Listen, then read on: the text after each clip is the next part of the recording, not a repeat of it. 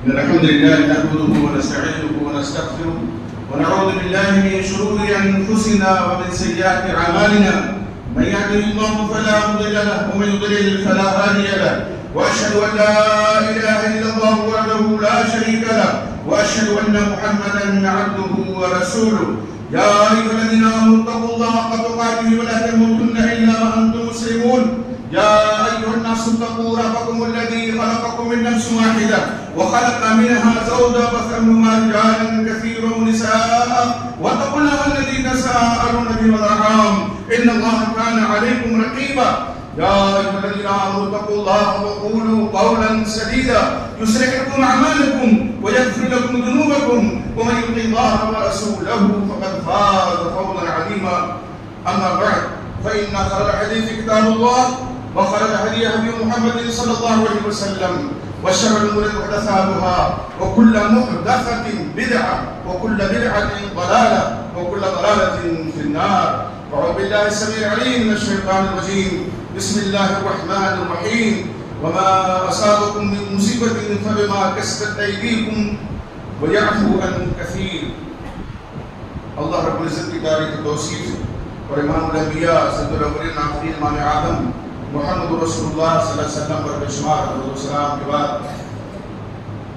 یہ مہینہ جو ہمارے رات کے اوپر سایہ فکن ہے سفر کا مہینہ ہے. اس سے قبل محرم الحرام کا مہینہ حرمت کا مہینہ گزرا ہے. یوں تو تمام مہینے اللہ رب العزت کی نظر میں ایک جیسے ہیں. 4 مہینوں کو اللہ نے حرمت والا مہینہ قرار دیا ہے. محرم کا مہینہ بھی حرمت کا مہینہ جو سنہ ہجری کا پہلا مہینہ قرار پایا, اور یہ دوسرا مہینہ جو صفر ہے یہ عام مہینوں کی طرح سے ہے. حرمت کا مہینہ بے شک نہیں ہے, لیکن اس کا قطعاً یہ مطلب نہیں ہے کہ حرمت والے مہینوں کے علاوہ جو مہینے ہیں کسی مہینے میں نحوست ہے یا اسے ہم بدشگونی لیں. اس کی قطعاً اسلام میں کوئی گنجائش نہیں ہے. سفر کی وجہ تسمیہ کے تعلق سے مختلف اقوال ہیں. سفر کا لغوی معنی ہوتا ہے خالی ہونے کے. تو ایک مطلب اس کا یہ بیان کیا گیا کہ چونکہ 3 مہینے پے در پے حرمت کے اس سے پہلے آتے ہیں ذوالقعدہ, ذوالحج اور محرم الحرام, اور حرمت کے مہینوں میں عرب کے لوگ دور جاہلیت میں بھی جنگ و جدال نہیں کرتے تھے. اس کا پاس و لحاظ کسی نہ کسی حد تک رکھتے تھے, تو گھر میں بیٹھے رہتے تھے. اور جیسے حرمت کے مہینے ختم ہوتے, محرم کا مہینہ جیسے ختم ہوا, اس کے بعد یہ نکل پڑتے گھروں سے, گھر خالی ہو جاتے جنگ و جدال کے لیے, قتال خونریزی کے لیے, رہزنی کے لیے نکل پڑتے تھے. اس لیے اس مہینے کو سفر کہا گیا کہ گھروں سے خالی لوگ جاتے تھے اور لڑائی کرتے تھے, گھر خالی ہو جاتے تھے لوگوں سے گھر خالی ہو جاتے تھے. ایک تو یہ, اور دوسری وجہ یہ بیان کی جاتی ہے کہ اس مہینے میں لوگ کیونکہ 3 مہینے بیٹھے ہوئے گھر میں پے در پہ, تو نکلتے تھے غلہ اکٹھا کرنے کے لیے, روزی روٹی کے لیے, اور گھر خالی ہو جاتا تھا. اس لیے اس کو سفر کہا جاتا ہے. ایک اور توجیہ کی جاتی ہے کہ یہ مہینہ جب اس کی ابتدا ہوئی, نام اس کا رکھا گیا, تو خزاں کا موسم تھا, پتجھڑ کا مہینہ تھا, اور سفر کے معنی ہوتے زرد کے, پیلا پن کے, تو پتے پیلے ہو کر گرتے تھے, اس لیے اس کو سفر کہا گیا. بہرحال کوئی بھی وجہ تسمیہ رہی ہو, سفر جب اس کا نام پڑ گیا تو دیگر مہینوں کی طرح سے ایک مہینہ ہے. البتہ دور جاہلیت میں اس مہینے کو لوگ منحوس سمجھتے تھے, نعوذ باللہ, اس سے بدشگونی لیتے تھے. اسلام آیا, اسلامی تعلیمات آئیں, امام اعظم نبی اکرم محمد رسول اللہ صلی اللہ علیہ وسلم نے جب دیکھا کہ دور جاہلیت کے لوگ, عرب کے لوگ اس مہینے کو منحوس سمجھتے ہیں, بدشگونی اس سے لیتے ہیں, تو آپ صلی اللہ علیہ وسلم نے زبردست اس کی نکیر فرمائی، انکار فرمایا. اور صحیح بخاری کی حدیث میں آپ نے باہر یہ حدیث سنی ہوگی، آپ صلی اللہ علیہ وسلم فرمایا لا عدوى ولا طیرة ولا سفر، وفي روایت لا عدوى ولا طیرة ولا حامة ولا سفر. متعدی بیماری از خود کسی کو نہیں لگتی ہے، چھوٹ چھاٹ کی کوئی اہمیت اسلام میں نہیں ہے، کوئی حقیقت اسلام میں نہیں ہے. اسی طرح سے ایک مخصوص پرندے سے لوگ بدشگونی لیتے تھے، آپ نے فرمایا اس کی بھی کوئی حقیقت نہیں ہے. اور جب کہیں سفر میں نکلنا ہوتا تو پرندہ چھوڑتے تھے، اگر دائیں جانے کو گیا تو سفر میں نکلتے تھے، اگر بائیں جانے کو اڑ گیا تو گھر میں بیٹھ جاتے تھے، کہتے تھے نہیں آج کا دن منحوس ہے، پرندہ بائیں طرف اڑ گیا. آپ نے فرمایا اس کی بھی کوئی حقیقت نہیں ہے. اور سفر کے مہینے کو لوگ منحوس سمجھتے تھے، اس سے بدشگونی لیتے تھے، اس میں شادی بیاہ نہیں کرتے تھے، اس میں کاروبار کی ابتدا نہیں کرتے تھے اور اس کو منحوس سمجھتے تھے. اس لیے آپ صلی اللہ علیہ وسلم نے اس کی بھی نکیر فرمائی اور فرمایا اس کی کوئی حقیقت نہیں ہے. اسلام تو آیا ہی تھا تمام توہمات کو ختم کرنے کے لیے، اور امام اعظم نے محمد رسول اللہ صلی اللہ علیہ وسلم نے تمام جاہلی رسوم کو، رواج کو، توہمات کو اپنے پیروں تلے رونق دیا تھا. اس جاہلیت کے مزاج کو آپ صلی اللہ علیہ وسلم نے اسلامی تعلیمات کے ذریعے سے ختم کر دیا تھا. لیکن یہ اس امت کی صفت ظریفی ہے. ہندوستان بر صغیر میں جب یہ دین آیا تو بہت سے توہمات لوگوں نے پال لیے، بہت سے لوگ اسلام لائے لیکن انہی رسم و رواج کے ساتھ آ گئے جو پہلے وہ کرتے تھے. اور انہی میں ایک چیز کیا ہے، اس مہینے کی ابتدائی 13 تاریخ کو لوگ کہتے ہیں 13 تیزی ہے، بہت شدید ایام ہوتے ہیں تو اس مہینے میں کچھ نہیں کرنا چاہیے، مطلب یہ منحوس دن ہے 13 تیزی. اور کیوں 13 تیزی کہا گیا؟ کہتے ہیں اس لیے کہ اللہ کے نبی محمد رسول اللہ صلی اللہ علیہ وسلم کی بیماری کی ابتدا سفر میں ہوئی تھی، تو یہ 13 دن بڑے سخت تھے آپ پر، اس لیے اس کا نام 13 تیزی رکھا. جبکہ حقیقت یہ ہے کہ یہ گپ ہے، جھوٹ ہے، حقیقت سے اس کا کوئی تعلق نہیں ہے. اس لیے کہ اللہ کے نبی محمد رسول اللہ صلی اللہ علیہ وسلم کی وفات حضرت آیا ربیع الاول کے مہینے میں ہوئی، 12 ربیع الاول کو. اور ایک روایت میں کہ ربیع الاول مہینہ جب شروع ہوا تو آپ کی بیماری شروع ہوئی، اور ایک یہ ہے کہ سفر کے آخر میں آپ صلی اللہ علیہ وسلم کی بیماری شروع ہوئی. تو سفر کی ابتدا میں تو کہیں ذکر ہی نہیں ہے، پھر 13 تیزی کا نام رکھنا اور تمام ایسی چیزوں سے بچنا کہ ہم شادی نہیں کریں گے، بیاہ نہیں کریں گے، کاروبار کی ابتدا نہیں کریں گے، اس کی کوئی حقیقت نہیں ہے. بلکہ اگر آدمی یہی کرتا رہے تو شرک کا جو دروازہ وہ کھول کر کے شرک میں داخل ہو جائے. اسی طرح سے اس مہینے کے آخری بدھ کو لوگ بڑا اچھا بات لوگ سمجھتے ہیں، کہتے ہیں اس میں آپ کو شفا ملی تھی اور غسل صحت آپ نے فرمایا تھا، تو دن میں روزہ رکھتے ہیں اور ایک نماز پڑھتے ہیں، مخصوص نماز چاشت کے وقت، جس کی کوئی اصل موجود نہیں ہے. سفر کے تعلق سے ایک روایت بھری ہوئی لوگ پیش کرتے ہیں کہ اللہ کے نبی محمد رسول اللہ صلی اللہ علیہ وسلم نے فرمایا من بشرنی بخروج سفر بشرتہ بالجنہ، جو سفر کے مہینے کے نکل جانے کی مجھے بشارت دے گا میں اس کو جنت کی بشارت دیتا ہوں، جنت کی خوشخبری دیتا ہوں.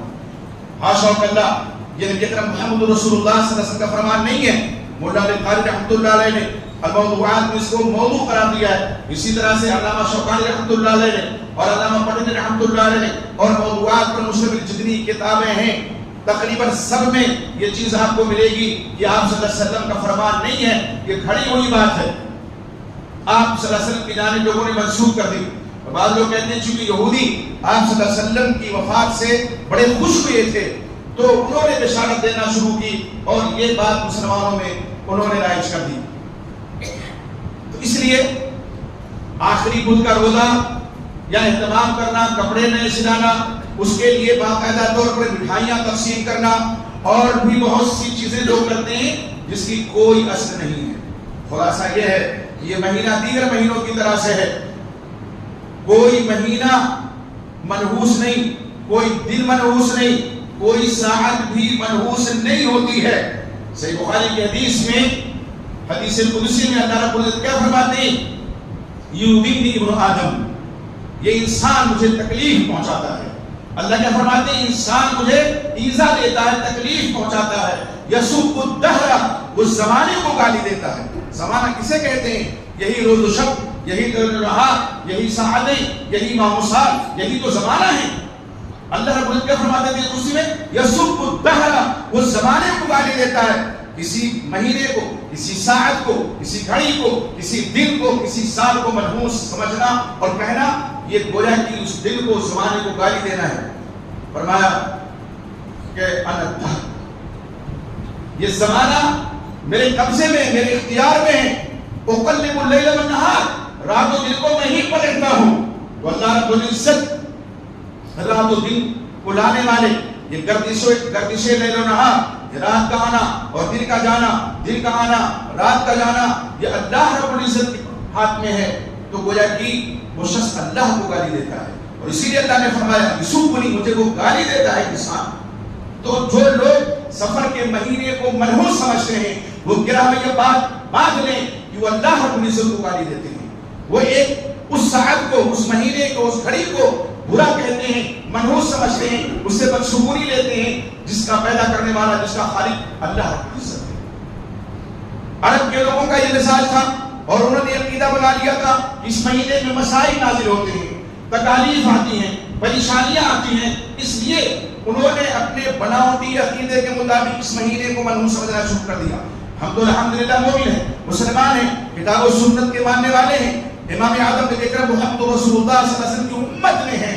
ہم یہ کیسے تصور کر سکتے ہیں، ہم یہ کیسے سمجھ سکتے ہیں کہ یہ مہینہ نحوست بھرا ہوا مہینہ ہے، مسائل اور مشکلات کا مہینہ ہے، مصیبتیں جو آتی ہیں؟ اللہ رب العزت نے سورہ شورى میں فرمایا وَمَا أَصَابَكُم مِّن مُّصِيبَةٍ فَبِمَا كَسَبَتْ أَيْدِيكُمْ، یہ جو کچھ مصیبت تمہارے پاس آتی ہے تمہارے اوپر، یہ تمہارے ہاتھوں کی کمائی ہے۔ اگر کوئی چیز منحوس ہے تو وہ تمہارا برا عمل ہے، وہ تمہارے گناہ ہیں، وہ تمہاری معصیتیں ہیں جو نحوست میں بھری ہوئی ہیں۔ اللہ رب العزت کا بنایا ہوا دن نہیں، اس کا مہینہ نہیں، اس کے ماحوسات نہیں۔ تو فرمایا کہ وما اصابکم من مصیبت، جو مصیبت تمہیں پہنچتی ہے فبما کسبت ایدیکم، تو وہ جو تم نے اپنے ہاتھ سے کمایا اس کی وجہ سے، ویعفو عن کثیر، اور اللہ کو بہت سے گناہوں کو معاف کر دیتے۔ عام اگر اس کا مفہوم اس آیت کریمہ کا لیا جائے تو یہی ہے کہ مسائل و آلام انسانوں کے ہاتھوں کی کمائی ہے۔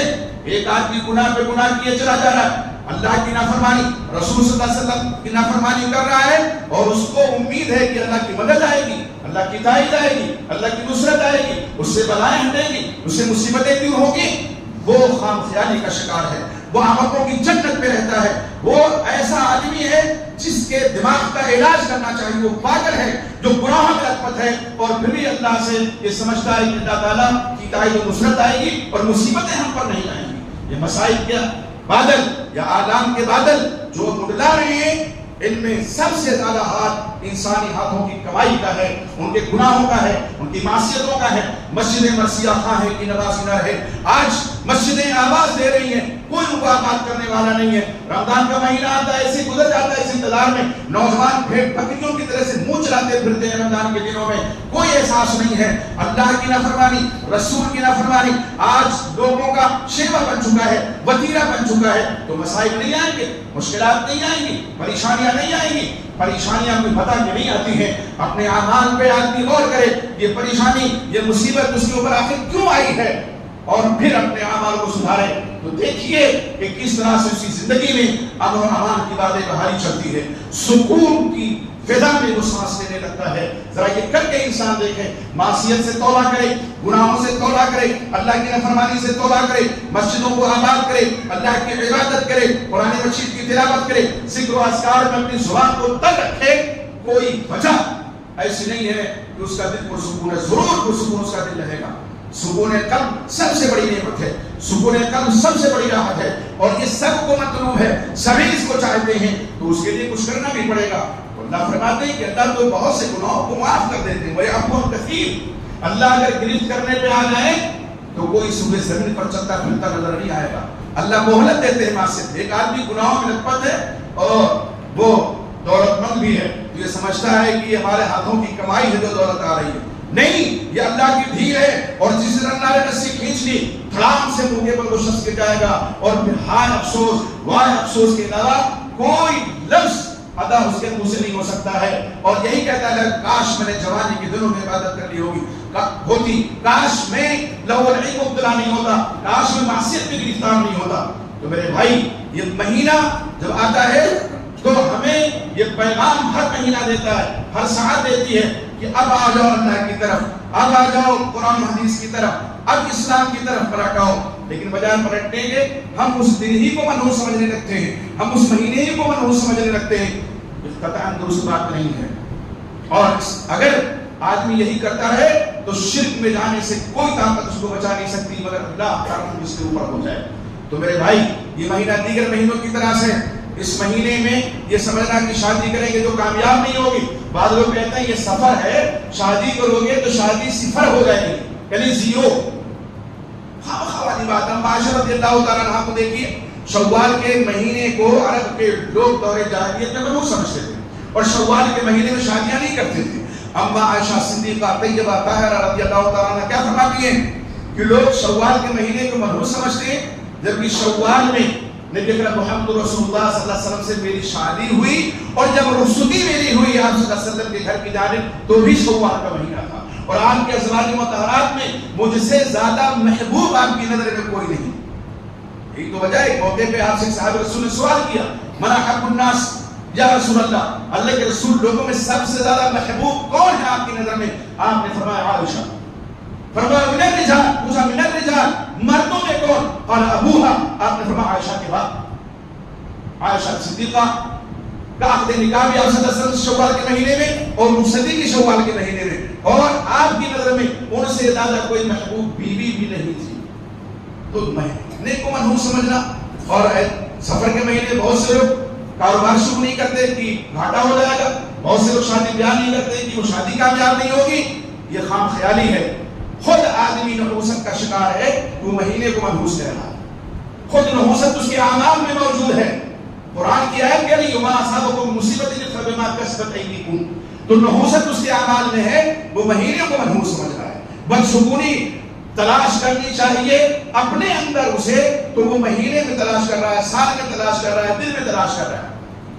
آپ صلی اللہ علیہ وسلم نے فرمایا لا عدوى، متعدی بیماری کی کوئی حقیقت نہیں ہے، اگر اللہ نہ چاہے تو کوئی بیماری کسی کو لگ نہیں سکتی۔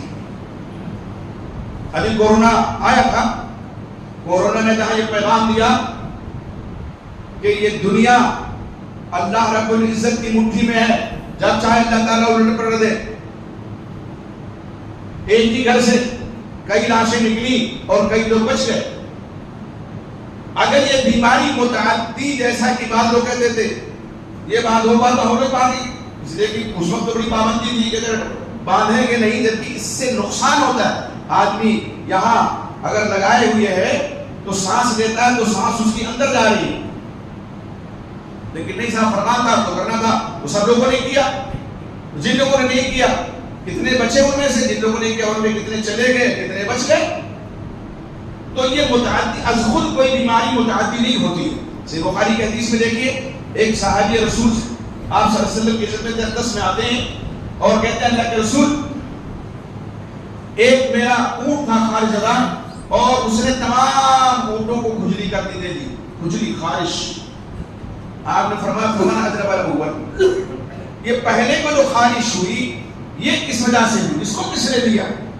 پہلا اونٹ جو تمہارا خارش زدہ ہوا جس کو کھجلی ہوئی، آخر یہ کیسے ہوا جو لوگ تم کہتے ہو اس کے ذریعے سے؟ اس سے کیا ہوتا ہے؟ آدمی کا عقیدہ متزلزل ہوتا ہے، آدمی کا عقیدہ ڈگمگا جاتا ہے، وہ اس بیماری کی نسبت غیر اللہ کی طرف کرنے لگتا ہے، جبکہ شفا بھی اللہ کی طرف سے، بیماری بھی اللہ کی طرف سے۔ جب کوئی مریض ہوتا ہے تو اس کو شفا دینے والا بھی اللہ تعالیٰ ہے، دواؤں میں تاثیر دینے والا بھی اللہ ہی رب العزت ہے۔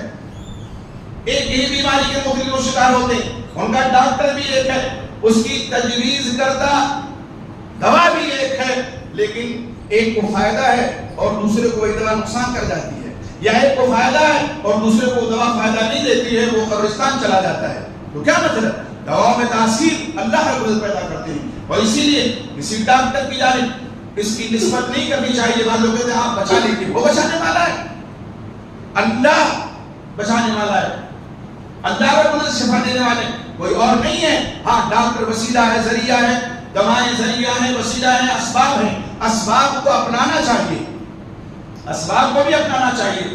پہلے وہ گھوٹے سے باندھو آپ نے فرمایا، ثم توکل اللہ، پھر اللہ پہ بھروسہ کرو. تو متعدی از خود کوئی بیماری دوسرے کو نہیں لگتی جب تک اللہ نہیں چاہیں گے. اللہ کی مشیت کے بغیر کسی کو بیماری ایک کی دوسرے کو نہیں لگتی. اب ایک حدیث صحیح بخاری کی ہے، آپ صلی اللہ علیہ وسلم نے فرمایا کہ فر من المسموم فرارک من الاسد، اور کا فرارک من الاسد، کوڑی سے ایسے بھاگو جیسے شیر سے بھاگتے ہو. یہ بھی صحیح بخاری کی روایت لاغبہ والی، اور وہ روایت بھی صحیح بخاری کی بظاہر تعارض ہے کہ حدیثیں ٹکرا رہی ہیں، لیکن حقیقت کو کوئی ٹکراؤ نہیں ہے. آپ صلی اللہ علیہ وسلم نے حقیقت بیان فرمائی کہ متعدی بیماری کی کوئی حقیقت نہیں ہے، لیکن ساتھ ہی ساتھ آپ نے فرمایا کہ تم ایسے آدمی سے جس کو ایسا بیمار سمجھتے ہو، کوڑ کا مرض ہے اس کے پاس اٹھو گے، بیٹھو گے، اور اللہ کے فیصلے سے، اللہ کی قضا سے تمہیں وہ بیماری لگ جائے تو اس کی جانب منسوخ کرنے لگو گے. تمہارا عقیدہ خراب ہو جائے گا. آدمی کا عقیدہ ایسے تو خراب ہوتا ہے کہ فلاں کے پاس بیٹھا تھا تو ایسا ہو گیا، فلاں سے گلے ملا تھا تو ایسا ہو گیا. تو اس کو منسوب اللہ کی طرف کرنا چاہیے، اور اللہ ہی سے شفا کی امید رکھنی چاہیے، اسی سے شفا کی دعا بھی کرنی چاہیے. لیکن غیر اللہ کی جانب منسوب آدمی کر دیتا ہے تو ایمان آدمی کا کمزور ہو سکتا ہے. ایسے لوگوں کے لیے آپ نے فرمایا بھاگو، ان کا پختہ ہے لا عدم، متعدی بیماری کی کوئی حقیقت نہیں. اسی طرح الو کو بہت سے لوگ منحوس سمجھتے ہیں، اور یہ جو عرب کے لوگ کرتے تھے پرندہ اڑاتے تھے، آج بھی کسی نہ کسی شکل میں وہ چیز موجود ہے. بہت سے لوگ جو سفر نکلتے ہیں، کسی نے ٹوک دیا تو واپس چلے آئیں گے. بلی راستہ کاٹ کے بتائیے، بلی ایک ادنا سا جانور، انسان اور وہ بھی مسلمان جو اپنے آپ کو اشرف المخلوقات کہتا ہے، اور حقیقت میں مومن اشرف المخلوقات ہیں، اس میں کوئی دو رائے نہیں. مومن بلی راستہ کاٹ گئی تو پھر سفر جاری نہیں رکھتا، واپس آ جاتا ہے. کتے بھوکنے لگتے ہیں تو کہتے ہیں ایسا ہو گیا، ویسا ہو گیا، ایسا ہو جائے گا، ویسا ہو جائے گا. اللہ کی قضا اور قدر، جو کچھ اللہ نے مقدر کر دیا ہے اس کے علاوہ کچھ نہیں ہو سکتا ہے. کسی کے چیخنے سے، کسی کے راستے سے گزر جانے سے یا سامنے سے گزر جانے سے کچھ نہیں ہوتا ہے جب تک اللہ کی مشیت نہ ہو، اللہ نہ چاہے. اور سفر کا مہینہ تو اس کے بارے میں بتا چکا ہوں کہ کس طرح سے اس مہینے کے پیچھے ہاتھ دھو کر کے مسلمان پڑا ہوا ہے. 13 تیزی اور پھر آخری بدھ، اور بعض لوگ آخری بدھ کو بھی منحوس سمجھتے ہیں. اصل میں حقیقت یہ ہے کہ آپ صلی اللہ علیہ وسلم آخری ہفتہ جو تھا اس کا سفر کا، اس میں آپ کی بیماری شدید ہوئی، اس میں کوئی دو رائے نہیں ہے، لیکن اس سے دل کا کیا تعلق ہے؟ اب آپ صلی اللہ علیہ وسلم کی وفات ہوئی 12 ربیع الاول کو، کون منحوس سمجھتا ہے اسے؟ کوئی نہیں. بہت لوگ جھانکیاں نکالتے ہیں، اونٹ سجاتے ہیں، گھوڑے سجاتے ہیں، اور باقاعدہ طور پر ڈی جے بجا بجا کر کے 12 ربیع الاول مناتے ہیں. آپ کی وفات کا دن ہے، حقیقت ہے اس میں کوئی اختلاف نہیں ہے. تاریخ ولادت کو تو اختلاف ہے، لیکن تاریخ وفات میں کوئی اختلاف نہیں ہے. تو یہ کہنا یہ اصل میں دشمنان اسلام کی سازش کا، یہودیوں کا، یہ لوگ شکار ہیں. اللہ کے نبی محمد رسول اللہ صلی اللہ علیہ وسلم کی بیماری سے وہ خوش تھے، خوشی منا رہے ہیں، بدھ کو روزہ رکھ رہے ہیں، پوریاں بانٹ رہے ہیں، چوریاں بانٹ رہے ہیں، مٹھائیاں تقسیم ہو رہی ہیں، نئے نئے لباس پہن رہے ہیں. تو یہ آخر کس سنت ادا ہو رہی ہے؟ کیا امام اعظم اکرم محمد رسول اللہ صلی اللہ علیہ وسلم کی؟ حاشا اللہ، حاشا، قطعا نہیں، کبھی نہیں. اللہ علیہ وسلم کی سنت کبھی نہیں رہی ہے. آپ صلی اللہ علیہ وسلم تو دین اسلام لے کر کے آئے تھے، سیدھا سچا دین. اس کی تعلیمات بھی بہت ہی واضح ہیں. لیلھا کنہارھا لا یزیغ عنھا الا ہالک، آپ صلی اللہ علیہ وسلم فرمایا اس کی راتیں بھی دن کی طرح روشن ہیں، اور اس سے کوئی ادھر ادھر نہیں ہو سکتا، بھٹک نہیں سکتا، ہلاک ہونے والا. تو اسلامی تعلیمات سے جو ادھر ادھر ہوتا ہے، دائیں بائیں ہوتا ہے، قرآن حدیث کو نہیں دیکھتا ہے اور اسلام کو کہیں اور تلاشنے کی کوشش شروع کر دیتا ہے، اس کا مقدر ہلاکت کے سوا کچھ نہیں ہے. ہلاکت کے مطلب نہیں اس کی جان چلی جائے گی، اعمال برباد ہو جائیں گے، عقیدہ خراب ہو جائے گا. اس سے بڑی ہلاکت کوئی نہیں ہو سکتی ہے. آخرت برباد ہو جائے گی، اس سے بڑی ہلاکت کوئی نہیں ہو سکتی ہے. اس لیے میرے بھائی، یہ جو مہینہ سیافتن ہے، جیسے اور مہینوں میں ہم نماز پڑھتے ہیں، مسجدیں آباد کرتے ہیں، نفلی روزے رکھتے ہیں، صدقہ و خیرات کرتے ہیں، نیک اعمال کرتے ہیں، اس مہینے میں بھی کریں. اور مہینوں میں تجارت کرتے ہیں، سنت و حرفت سے وابستہ رہتے ہیں، اس مہینے میں بھی رہیں. ایسا نہیں ہے کہ یہ مہینہ مسائل کہ اترنے کا مہینہ ہے، مشکلات کے اترنے کا مہینہ ہے، پریشانیاں نازل ہوتی ہیں تو گھر میں دبک کر کے بیٹھ جاؤ، یہ تجارت نہ کرو، صنعت و حرفت سے وابستہ نہ رہو، یا شادی نہ کرو، بیاہ نہ کرو. ہونا چاہیے یہ مہینہ دیگر مہینوں کی طرح سے. اب ایک بات اور میں بتاؤں، حالانکہ اس کی کوئی حقیقت نہیں ہے، لوگوں نے اس کو سفر المظفر کہنا شروع کر دیا. اس مہینے کو سفر المظفر یا سفر الخیر کہتے ہیں بعض لوگ. نام رکھا کیوں رکھا؟ اس کے اپوزٹ میں جو لوگ بدشگونی کا عقیدہ رکھتے اس مہینے کے تعلق سے، تو اس کے مقابل میں جو اس مہینے کو بدشگونی سے وابستہ نہیں کرتے ہیں وہ کہتے ہیں کامیابی کا مہینہ ہے یا سفر الخیر ہے، خیر کا مہینہ ہے. کہیں حدیث میں اس نام کا کوئی ذکر نہیں ہے. سلف صالحین سے، صحابہ کرام سے، سلف سے کہیں ثابت نہیں ہے کہ اس مہینے کو سفر المظفر انہوں نے کہا ہو یا سفر الخیر کہا ہو. اچھا ایک بات اور ہے کہ سفر الخیر وہ لوگ بھی کہتے ہیں جو منحوس سمجھتے ہیں، کہتے ہیں جب سفر الخیر کہیں گے تو نحوست اس کی خیر میں بدل جائے گی، سفر المظفر جب کہیں گے تو نقصان کامیابی میں بدل جائے گا، اس لیے وہ بھی سفر المظفر کہتے ہیں. جو بدشگونی کا عقیدہ رکھتے ہیں اس مہینے کے تعلق سے وہ سفر المظفر اس لیے کہتے ہیں کہ نام کہ آگے اگر مظفر لگا دو، ظفر مانے کامیابی کے، اور الخیر لگا دو، خیر کے مانے بھلائی کے، تو یہ بھلائی کا مہینہ بن جائے گا. یہ کامیابی تمہارے بنانے سے بنے گا. اللہ رب العزت نے اس مہینے کو بنایا ہے، اللہ رب العزت اس مہینے کی تخلیق کرنے والا ہے. اور یہ مہینہ کیا، جتنے مہینے سال کے 12 مہینے ہیں کسی میں بھی بدشگونی نہیں ہے، کسی میں بھی نحوست نہیں ہے. یہ کیا ہمیں بات لینے کی ہے. یہ مہینہ آئے تو ہم جیسے ہم آدھر مہینے میں کرتے ہیں ہم کریں. ہاں اس مہینے کی فضیلت میں مظفر لگا دینا یا خیر لگا دینا یا اس لیے لگا دینا کہ اس مہینے کی نحوست سے بچ جائیں گے، یہ بھی بے بنیاد بات ہے، غلط بات ہے، اور اس سے سچی توبہ کرنی چاہیے. اللہ سے دعا کیجیے جس طرح سے اللہ نے ہمیں زندگی عطا کی ہے، امام عثمان اللہ نے عطا کی ہے، یہ لیل و نہار اللہ نے عطا کی ہے، اللہ ہمیں توفیق عطا فرمائے کہ ہم ان ایام میں اور تمام ماہ و سال میں جو اللہ نے کیا ہے یا کرنے والے ہیں باقی کا اللہ کی زندگی میں نیک عمل کرنے کی توفیق عطا فرمائے، اپنی عبادت کرنے کی توفیق عطا فرمائے. اللہ ہم تیرے عاجز نادہ بندے ہیں، گنہگار ہیں، سیاکار ہیں، لیکن میرے مولا تیرے سے وابستہ ہیں. اللہ ہمارے گناہوں کو معاف فرما، ہمارے دشوں کو معاف فرما، ہماری خطاؤں کو معاف فرما. اللہ رب العزت ہمیں جو بیمار کو شفا عطا فرما، اللہ میں جو بیمار کو شفا عطا فرما. ہم میں جو بھائی قرضدار ہیں اللہ کوئی آسان سی سبیل پیدا فرما دے، ان کا قرض دور ہو جائے. اللہ ہمارے مسلمان بھائی جو دنیا کی کسی خطے میں پریشان حال ہے اللہ کی پریشانی کو دور فرما. اللہ ہمیں مومن مرد مومنہ خواتین جن کو وفات ہو چکی ہے اللہ ان کی بات بار مغفرت فرما. اللہ مجھے کے والدین یا والدین سے کوئی ایک جو حیات ہے اللہ توفیق عطا فرما، ان کی خدمت کر کے ہم تیرے رضا حاصل کر لیں. اللہ مجھے کے والدین یا والدین سے کوئی ایک وفات پا چکے ہیں اللہ رب العزت ان کی مغفرت فرما. اللہ تعالیٰ انہیں جنت میں اعلیٰ مقام عطا فرما، جو فردوس کا مکین انہیں بنا دے. اللہ تعالیٰ یہ وطن ہمارا پیارا وطن ہے، اس وطن سے ہمیں جتنی محبت ہے اس وطن میں ہمیں امن کی زندگی عطا فرما. ہماری جان ہمارے مال کی حفاظت فرما، ہماری عزت و آبرو کی حفاظت فرما. اللہ ہمیں ظالم کو ظلم و ستم سے محفوظ فرما دے. اللہ ہمیں ظالم کو ظلم و ستم سے محفوظ فرما دے. اللهم انا نجعلك في نحورهم ونعوذ بك من شرورهم. اللهم انا نجعلك في نحورهم ونعوذ بك من شرورهم. اللهم انا نجعلك في نحورهم ونعوذ بك من شرورهم. اللہ رب العزت اس دنیا میں زندہ ہے، ایمان کی حالت میں زندہ رہے، اور جب ہم سب اس دنیا سے جانے لگے تو ہمارے لبوں میں اشہد ان لا الہ الا اللہ واشہد ان محمدا عبدہ ورسولہ کا کلمہ جاری ہو. اللہ جس طرح تو نے ہمیں اکٹھا کیا ہے اللہ توفیق عطا فرما، تیرے رضا پا کر کے ہم جنت میں اکٹھا رہیں.